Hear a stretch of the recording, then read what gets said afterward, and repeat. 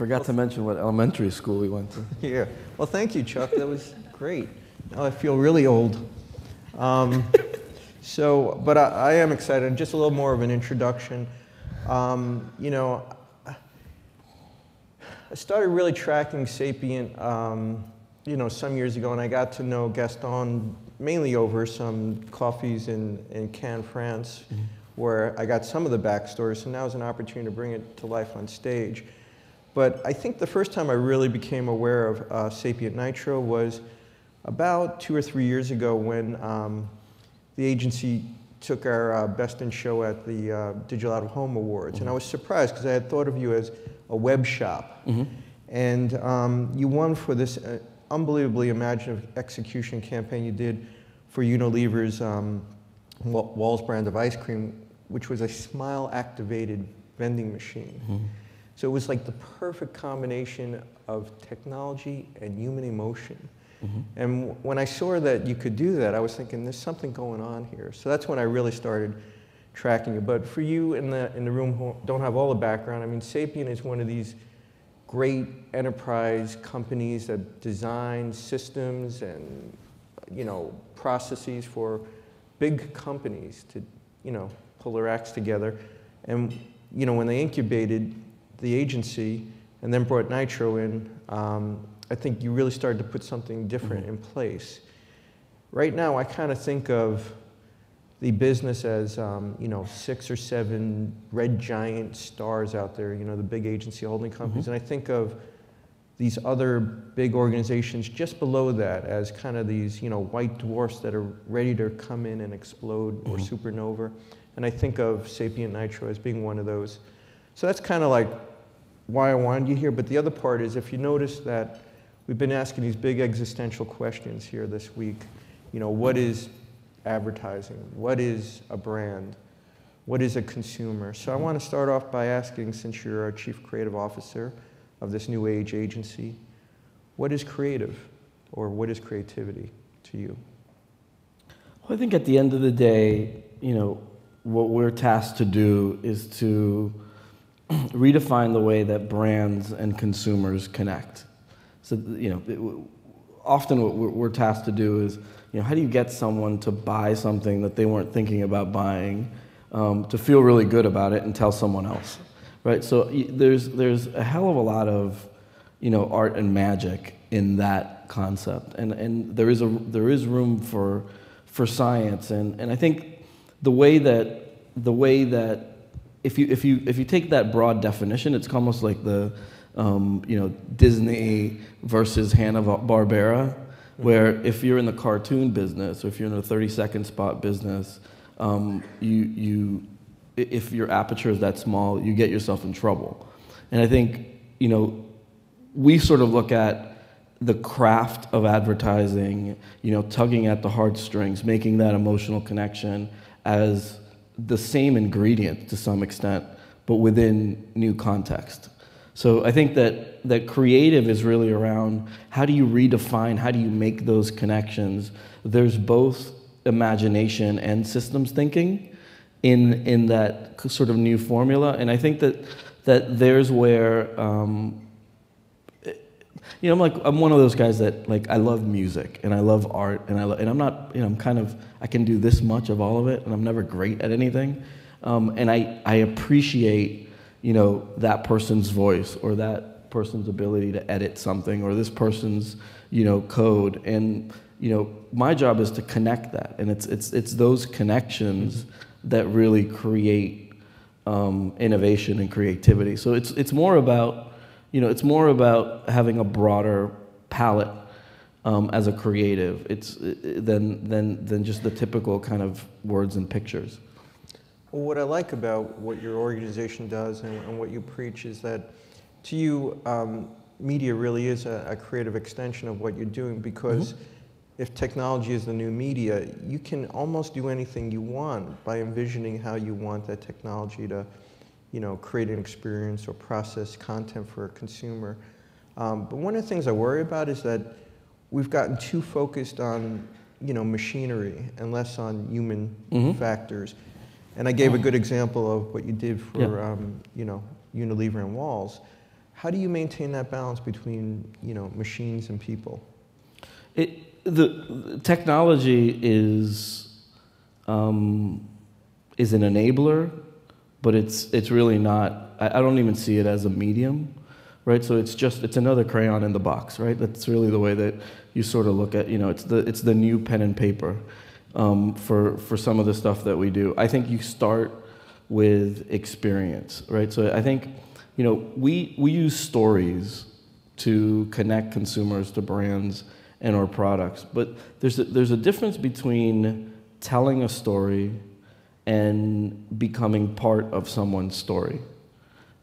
So like the smiley vending machine, right? You know, somebody goes through that experience, they're not going to forget it, right? And it's going to make that connection to that brand, and you make sure that there's a role of product, that it connects to the values of that brand, what that organizing idea is. But I think at the end of the day, that's what you do. It's everyone in this room has a story, and you know, stories tend to be you know, a thread that you connect between experiences and events, whether they happen in the physical world or they happen in your brain, right? And I think what we really want to do is create experiences for consumers so that we become part of their story. And today, in a super connected world, you know, technology is a great sort of conduit for that. But it's not about the shiny widget. It's not the idea. It really is more about the context in which you use that stuff. So let's talk about that a little bit, because ultimately, in the old days, agencies were storytellers on the brand's behalf, and today they are still, but the power has shifted a little bit more towards the consumer who's more in control. And like you just said, you're trying to incorporate their story more into the storytelling mode. How do you do that? So kind of joke around. It's almost something borrowed, something new, something blue type of thing, where I think that there's so much that we've learned about storytelling. People much smarter than me for thousands of years have thought about story structures, so things like, you know, plots, characters, narrative point of view, you know, different emotional stages, different archetypes. There's so much that we know about storytelling. And I think that you have to take all of that stuff and you can't throw it out the window. You have to leverage it. But you also have to recognize that in the last 5 or 6 years or last 10 years, we've learned some more things where you really need to elevate that craft of storytelling. So we know about game design. So for example, if you have a product or service and you're trying to drive an average check or a higher basket or more retention or, you know, higher customer net revenue, whatever it is, knowing, you know, how to structure rewards, how to get people more engaged, how to become part of someone's, you know, sort of habitual use. So there's a lot of things that have been learned about, you know, game design. You should know those things. You know, one of our guys, Donald, that focuses on experience, tells of a story of you know, he's sitting in a store and there's a, you know, big, you know, 42-inch TV, which now we just put TVs everywhere, right? And a little kid walks up to it and goes to swipe it, to try to move it, you know, because it's now intuitive, right?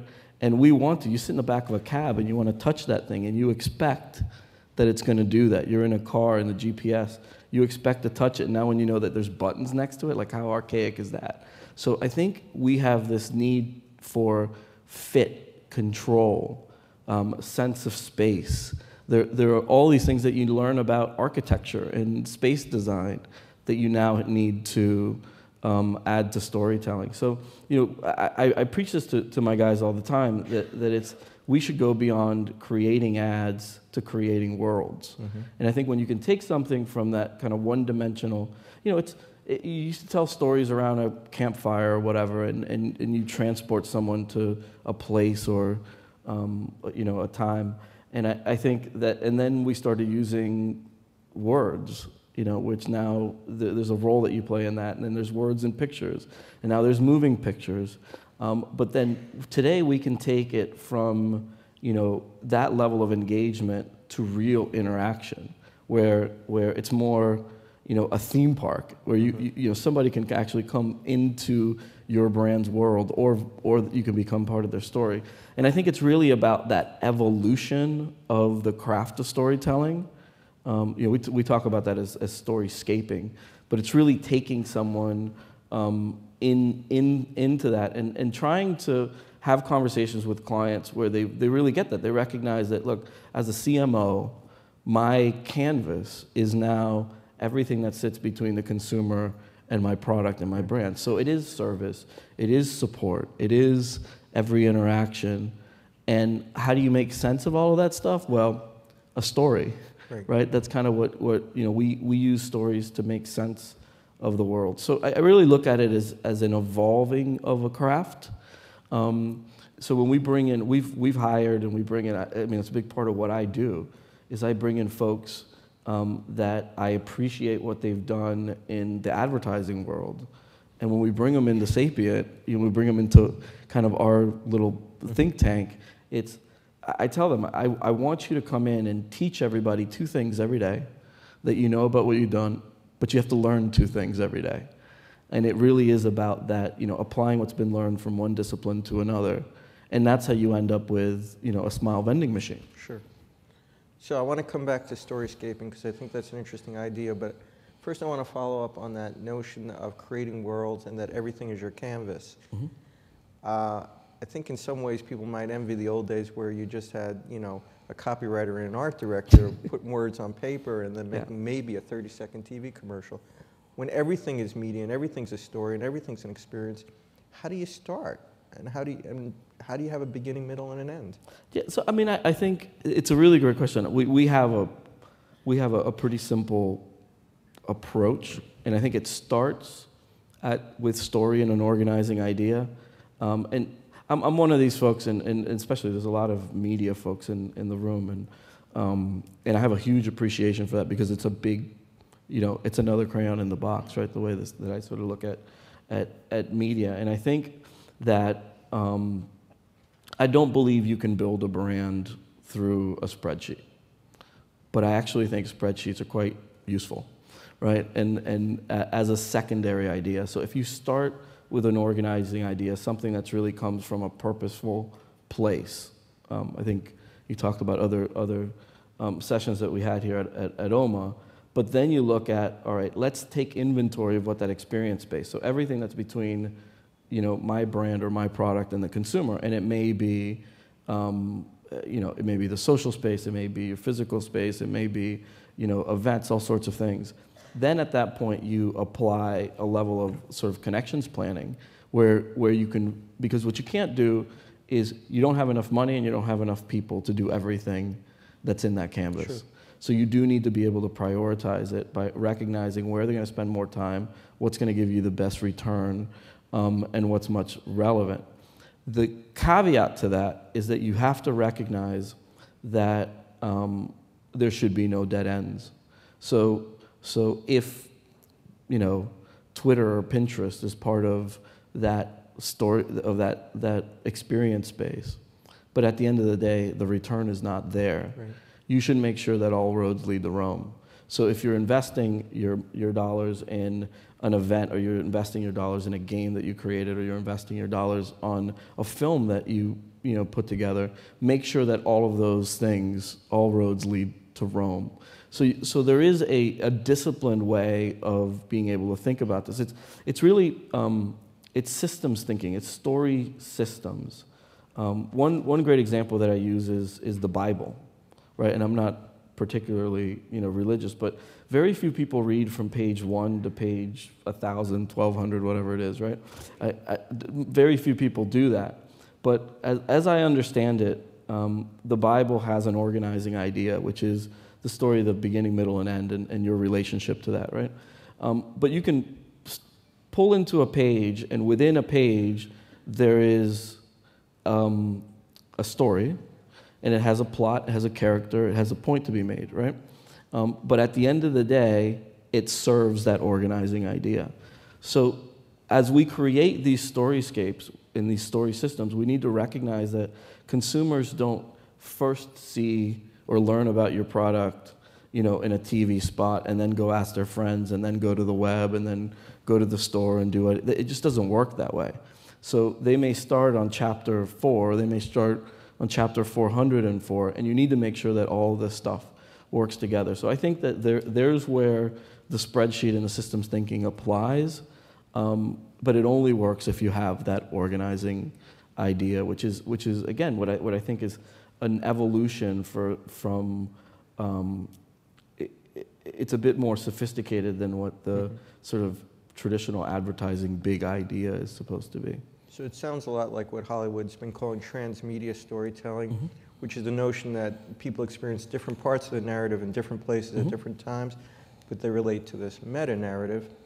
So give a real example. How does that work? Can you think of a campaign where there were sub-narrative attributes that people were experiencing in a gaming platform or in a web experience that related to a bigger whole? Well, there's a lot of stuff that works that way. I think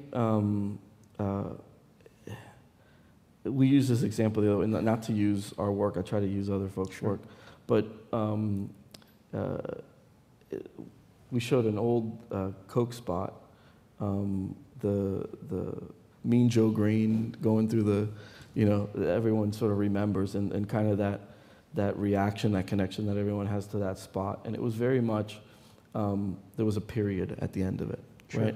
And one of the things I really believe that in today's world, a 30-second spot, or just about anything that you do, should not end with a period. It should end with a comma. So you look at the Wyden Kennedy Old Spice ad, right? At the end of the day, that one ad stands on its own, but it drives you into another experience and another experience. And whether you experience it in 140 characters in Twitter, or it's a 30-second film, or a 5-minute film, or a game, or any of these things, it all delivers on that core organizing idea. And I think you could look at stuff that works and kind of retrofit that strategy, and sort of, it's almost like a circular reference to see whether whether folks are doing that. I look at some other things that are not sort of advertising related, like Harry Potter, right?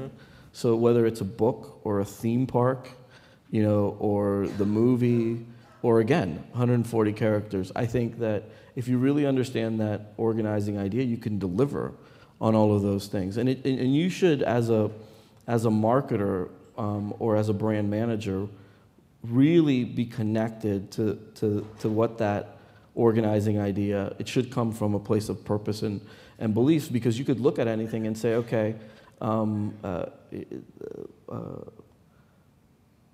trying to think of sort of an organizing idea to give you. Let's say we do work for X Games for ESPN, and our organizing idea is Activate Awesome, right? So we want, it usually is an active thing, so we want to make sure that we bring people into, so whether it's second screen or any of those things. So you really look at it and you're like, okay, so should we do something on an iPad? Well, it's very obvious what you do if Activate Awesome is that. What do we do in venue? If Activate Awesome is that organizing, then you can come up with 50 ideas. So it gives you a really great platform from both the client side and the agency side to say, oh, this is right, or this is wrong. And that's often missing, because to your earlier question is especially with technology or new media opportunities, we get very enamored by the shiny widget, and it's just like, oh, I just want to do something. Do we check off, and do we do something on Pinterest, or do we do something with Instagram, or do we do something with any of these things? And I think that you have to think about it as one. Another thing that comes out of the systems thinking or storyscaping is the fact that you can't think about having, this is my digital strategy, or this is my digital communications plan, and then this is my strategy, or this is my, consumers, and all of us, we do not make a distinction between those things, and to be able to, you should have one strategy. It's that simple, right? And if you have one strategy, then there's got to be some thread that connects all of that, and that'll be that storyscape. So one question I wonder about is how you maintain control of the narrative? If you're distributing it, and if once it goes into the wild, the users kind of take some control of it. You know, I wasn't around when the Bible got written, but I watched the Harry Potter series. And I wonder, I'd love to ask J.K. Rowling someday if, you know, when she started the Sorcerer's Stone, how much did all that transmedia experience, the way people reacted to her stories, shaped it, you know, by the time she got to A Half-Blood Prince, that kind of thing? It absolutely did, because if you think about, you know, there was these incredibly detailed backstories that were created, you know, to all of these characters, you know, by the masses, by the super fans, right? So how do you maintain a brand in an environment like that? Well, I think that if it comes from a place of purpose, right, which goes back to, all right, what is the difference between a big idea and an organizing idea, right? And I think if it comes from a place of purpose, in other words, if this brand stands for something, you know, this is framework of be, do, say, and advertising is often about say. Right. And what we've been talking about in terms of, you know, in the physical space or in the virtual space, we're getting more into the do part. And media is actually a huge, you know, it creates that bridge if you use it as a creative component. But the be part is the most important thing, and you have to start there. And that's why I think that, like I mentioned, that you can't build a brand or you can't, you know, create an identity on a spreadsheet, because you have to start in the emotional space, and you have to be true, because if you are, then, you know, where consumers take that tends to be more in line, or it may even augment what those, in other words, if they believe what you believe, and then they're out creating content, then the content tends to be connected to what you're doing. If you know, if you're sort of all over the place, then it may go all over the place, right? And you lose control. So now is your chance to shape this narrative. If you have any questions, we have some opportunities here. Great. We actually have some questions from the audience from text. Okay. One is, creating and sustaining a world is more expensive than creating an ad. For commodities like shampoo and soft drinks, doesn't the demands of new crayon box drive margins down for marketers? That's a really great question. I think that there's where you have to. I sat at Unilever in a big conference with a bunch of brand managers and had very similar conversations. Is that there's so much that we've learned around launching a product, or launching a brand, or sustaining a brand with a particular formula, and that's a category that probably is the biggest spender, but has taken the longest time to sort of change what their toolkit is, right, or evolve it, because I don't think it's about changing it. And I think that you know, you have to look at some mediums and say, you know, a film, you know, where you're trying to transport someone into something as emotional as a car, for example, right? That's really great, but is film or TV the best place to show how one soap works better than the other? I mean, it's one of these things where I do believe that if you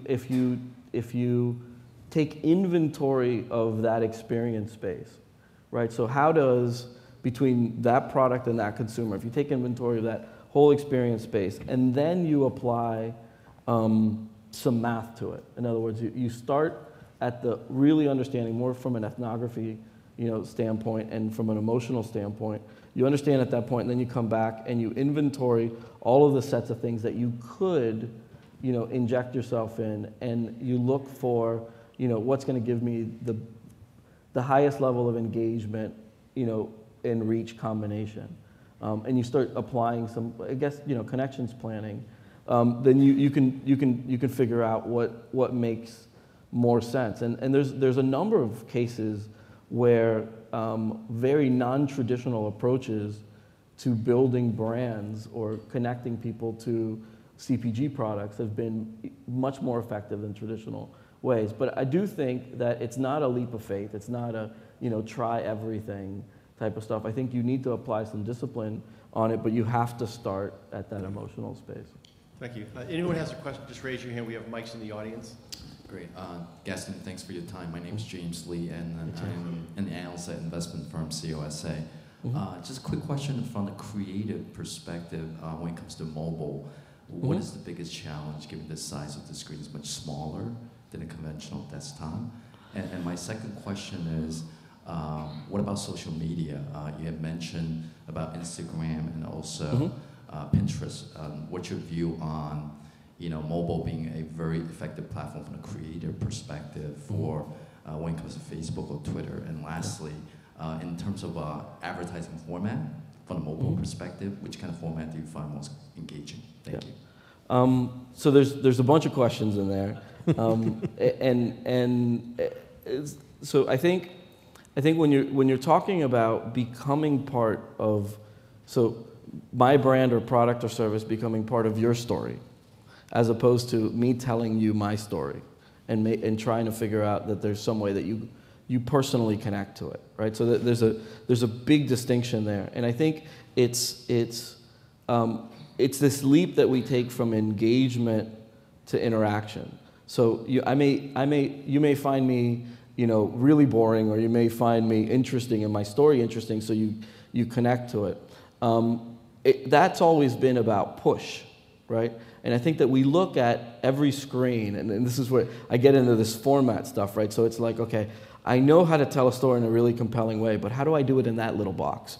Or how do I do it when somebody's watching TV and it's all about broadcast. And mobile is a great example of where our context is screwed up, right? Where we say, hey, I'm going to try to grab this thing and I'm going to deliver it into that phone. What that phone does is it's a remote control to your story and my story. So it creates a very different connection, right? So whether it's context, whether it's, now you have an ability to act, to do something. You can today, become aware of a product. You're walking through the airport and you see this mat that you can put your phone on to charge, and you're like, man, that's really cool. And then you could go on your phone, you could learn about it, and you can buy it, and it'll be in your house when you get home, right? So it's still the same funnel, it just happened in 4 seconds, right? So I think recognizing the role that handset has, right? And what the possibilities are your ability to learn, to interact, to check, to tell me where you are, to tell me what you're thinking. We're doing lots and lots of work in the retail space around, sort of location-based, like how do you so really thinking about redefining the experience. So the way that you get through today is different than it was 5 years ago, different than it was 10 years ago, and I guarantee you a year from now will be different.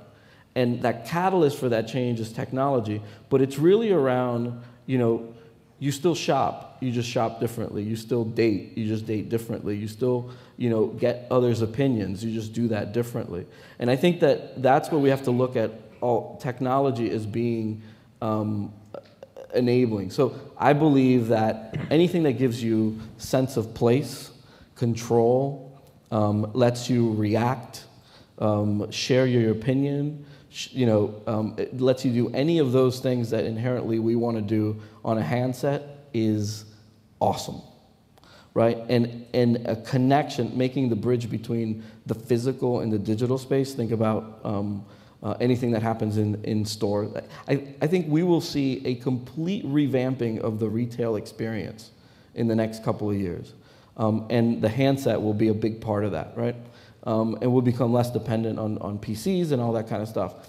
But this idea of, I'm going to take my 30-second spot or my print ad, and I'm going to put it in a banner ad, and now I'm going to resize it so that it interrupts you when you're, looking at, movie times or whatever. That's just stupid. It's not, there's some role for it if you just think about, just mass reach and you hit people over the head. But I think that kind of it's like advert yelling, and it doesn't have a sustainable role in my view.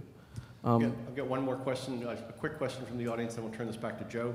Who do you see as SapientNitro's biggest competitor? Is it the RGAs of the world, Digitas, integrated agency like Goodby or Crispin?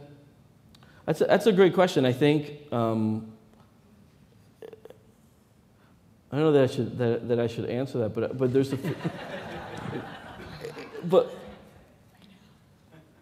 but I do have a belief. Look, I do have a belief that you know, you have one strategy, right? There's one communications plan, and although there's rooms for you know, different specialized kinds of agencies, there is this race to the middle in a way where you have to. I think whoever sits at the adult table from a strategy perspective will win. And I think that you mentioned some. I won't give actual names, but you mentioned some big digital agencies. I think that if you look at the digital agency landscape, there's really two buckets. There are the ones that have chosen to stay digital and sort of specialize in that, and there are some that are more creative, like RGA, for example, right? Where I think, you know, RGA may or may not aspire to do through the line work or to be the Merlin to the king, right, in terms of a brand. But I think they've created trust with some clients that have actually asked them to do that, right? I think that there's other agencies, digital agencies of different sizes, that have not found themselves in that situation because strategy and planning and creativity is not their #1 priority, right? So I find that, you know, especially from our brand, we were born from a consulting and technology company, and I think that the rigor that we apply to what we do, the sort of, you know, analytics and strategy, business strategy in particular, that we bring to the table gives us that credibility. But on the flip side, people don't feel that we're incredibly creative. So our biggest and my biggest challenge and my mission in life is to find the best creative people and bring them and show through, you know, through proof. I think that it is the Crispins and the RGAs of the world. It is what I would call progressive traditional agencies, Crispin, Goodby, you know, Wyden, and the more progressive digital agencies, because there is a concept of old digital, like an RGA, that will win. There is one killer app in that ingredient, in that whole thing in terms of who will win. And it's something that I've learned over the last maybe 2 years, is that global matters in a big, big way, right? Because you know, so I grew up in Miami. I know all the Crispin guys, and it's a place that I always thought, you know, I'd work there one day, right? But the thing is that the big pieces of meaningful business, you know, the big, you know, Unilever, the big stuff, sits within the holding companies. In some places where great work doesn't necessarily happen every day, right? And I think that the ability to be able to manage and handle global clients and global brands is sort of something that you need to be able to do. And I think when you look at some of those agencies that you just mentioned, that's the one gap in some of those places that they need to overcome. I respect all of them, but. Okay, well, I think we're almost out of time, so I had some big questions. I wanted to ask you about Phygital and AR and other important things, but I'm going to end with, if you could do these quickly, 3 rapid-fire existential questions, okay? Mm-hmm. So next panel up is going to be, what is an agency? What is an agency? Someone who helps redefine the relationship between a brand and consumer. What is SapientNitro? An agency.